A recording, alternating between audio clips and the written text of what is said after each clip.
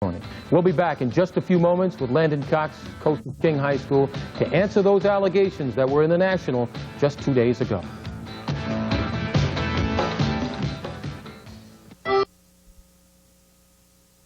Alexander Wolf. It deals with alleged improprieties in recruitment of high school basketball players for college programs. The book to be released tomorrow zeroes in on the coach for King High School, the nation's #1 scholastic basketball team. Landon "Sonny" Cox joins us live on Eyewitness Sports Final to answer some of those charges.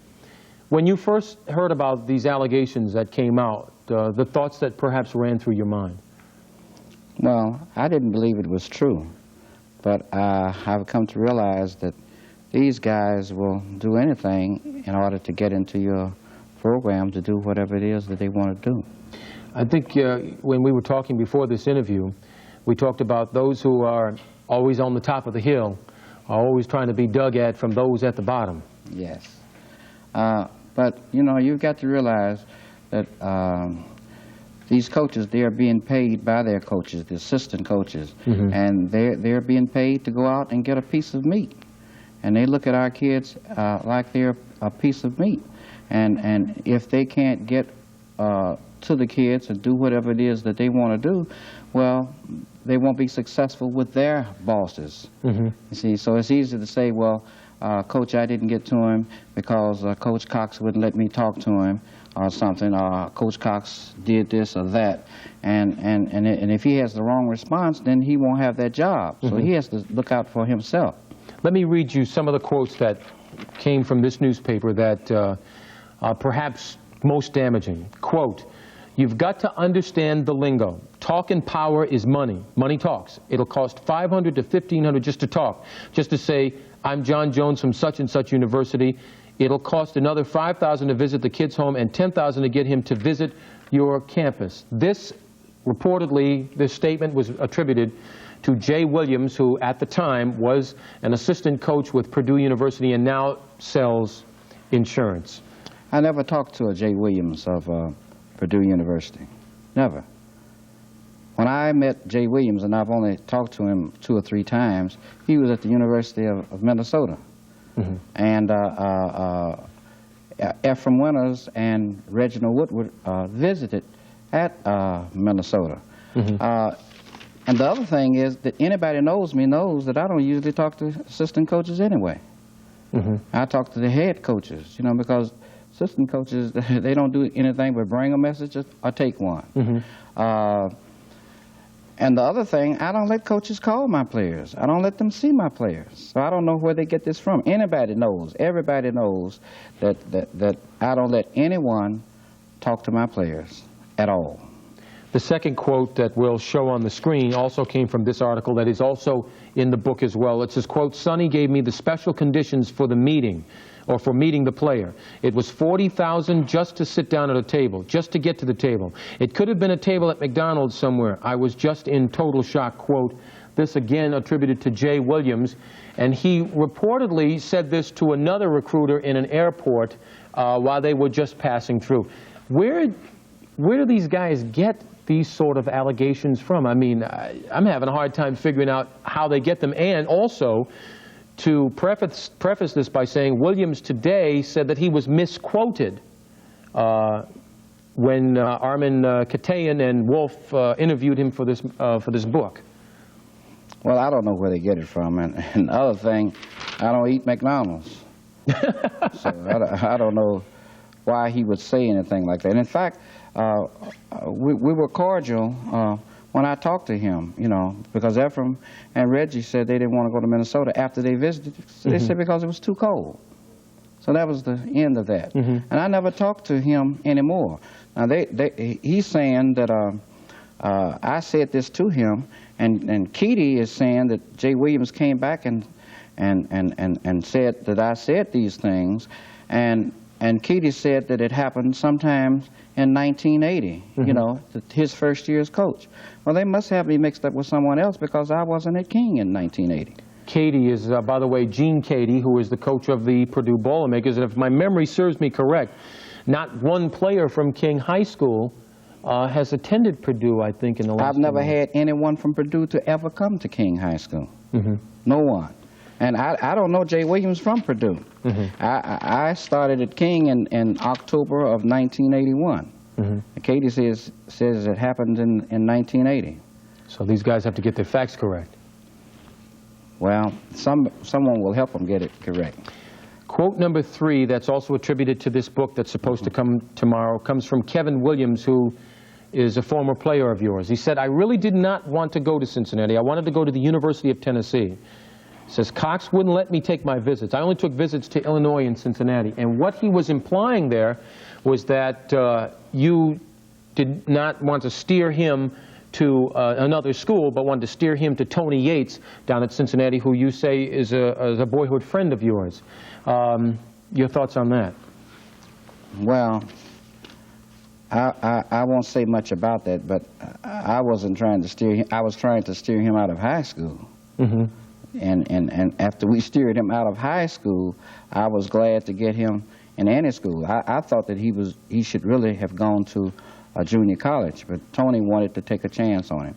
Doesn't this also have something to do with Sonny Vaccaro, who is a representative of Nike, I think runs the basketball camps, and from most people that I've talked to, a very reputable individual, and the people that have been hammered in this book, Raw Talent, or Raw Recruits rather, yourself and 2 other coaches, are very friendly with Sonny Vaccaro. I'm glad you said that, you know, because all 3 of us are black coaches. And all 3 of us have teams that are ranked nationally. We could be 1, 2, and 3 in the nation all year. And all 3 of us have teams that are sponsored by Nike. And I hope he continues to sponsor us. There are a lot of people inside and outside the business who are coming to your defense as far as these charges are concerned. One King graduate who has gone on to play Big Ten basketball is Illinois forward Marcus Liberty. Our Brad Palmer talked to Liberty, Illinois assistant coach Jimmy Collins, and Illinois head coach Luke Henson today about the allegations made against Coach Cox in the book, Raw Recruits. No, I mean, Coach Cox just has the relationship with his players. I mean, he's like a father to the players. I mean, everybody who comes there, even the 11 man on the team, I mean, he treats them like a father. So, I mean, but he's all that time talking about he's selling players, and no, he's not doing anything like that. I read a little bit about it I guess it was last Saturday, where someone allegedly said that Coach Cox had told someone that the only way they could get to see a player was to pay $40,000. I don't believe that. I don't believe that, because I've had a lot of dealings with Coach Cox, and the only thing Coach Cox asks you to do is recruit through him, to talk to him. Don't try to see his players without his permission, and send all your mailings to him. There are a lot of people out there that have bad feelings for Coach Cox, and the timing on this book is bad, because I think a lot of people are going to say, well, hey, they got players from Coach Cox, and automatically they may think, well, this is the way it's done. But I've never had any dealings like that with Coach Cox, and I don't believe that he deals that way. I had people ask me about that before. They said, in Chicago, you have a lot of coaches who are doing things they shouldn't do. Well, I would like to point them out, because in Chicago, all over this state, we have outstanding high school coaches, and not a single coach has ever hinted that he would like to have something. That's the thing that surprises me, and I'm getting pretty upset and sick of the out-of-state coaches coming in here and knocking our high school coaches. I think it's a shame and disgrace, and it's the time for the high school coaches to stand up and not let them continue to do it, because I don't think that's happening. And when we come back on Sports Final, Coach Cox will talk about what he will do about these charges. Stay with us. Armin Katayan will talk on Eyewitness News at 4 o'clock tomorrow. Now, your side of it is that once you prove these allegations wrong, it would be, I would assume, time to take some legal action? Yes, I think that they're trying to take my eyes off the prize, and I refuse to let them do that. We have a city championship to play in and a state championship to play for. And we intend to get on with the business. We had practice today. We're going to practice tomorrow. And we're going to be ready for that. Then after all of this is over, we're going to sit down. We're going to take a close look. because a lot of coaches don't realize that if it can happen to me, it can happen to them. You know, and we are the guardians of our kids, and we must see that they get into a good school and get a good education. And this is one of the things that some of the assistant coaches and coaches of colleges are not interested in doing.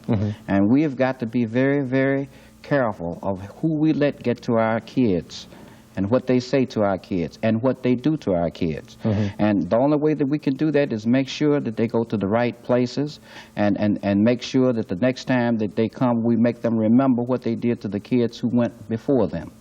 Now, on a good note, your guys are going into the state tournament, looking for a little revenge against East St. Louis, Rock Island. You haven't lost any place. In fact, gained a couple, and those other teams lost.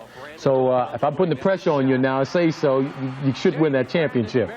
Well, we're going to play whoever's in front of us. We're going to play them one by one. And I think that if we play every game as if it's the only game, that we'll get there. My kids are ready, and they're seniors, and this is their last time around, and they can make history if they can go undefeated. And I think they are really committed to that. Finally, has this been a rough year for you? The Johnny Selvey situation, you had a player that they tried to say was ineligible, and then they finally brought him back and reinstate your record, and now this? Well, I don't know. It's all in a day's work. You know, I'm here to help. You know, I'm a school teacher. My mother was a school teacher. Her mother was a school teacher. And we're here to help. We're here to give something back, and we're here to make sure that our kids get a good education. That's what we're all about. Landon "Sonny" Cox, coach of King High School. Thank you very much for appearing with us on this program. That is Eyewitness Sports Final for this week. Again, join us on the news at 4 o'clock tomorrow for more on this story. And, of course, next week for Sports Final. Thank you for watching. I'm Jim Rose. Have a good evening. 14 points, now make it 17 in this first quarter. Sports Final has been brought to you in part by Midway Airlines, flying to over 50 cities, over 500 times a day.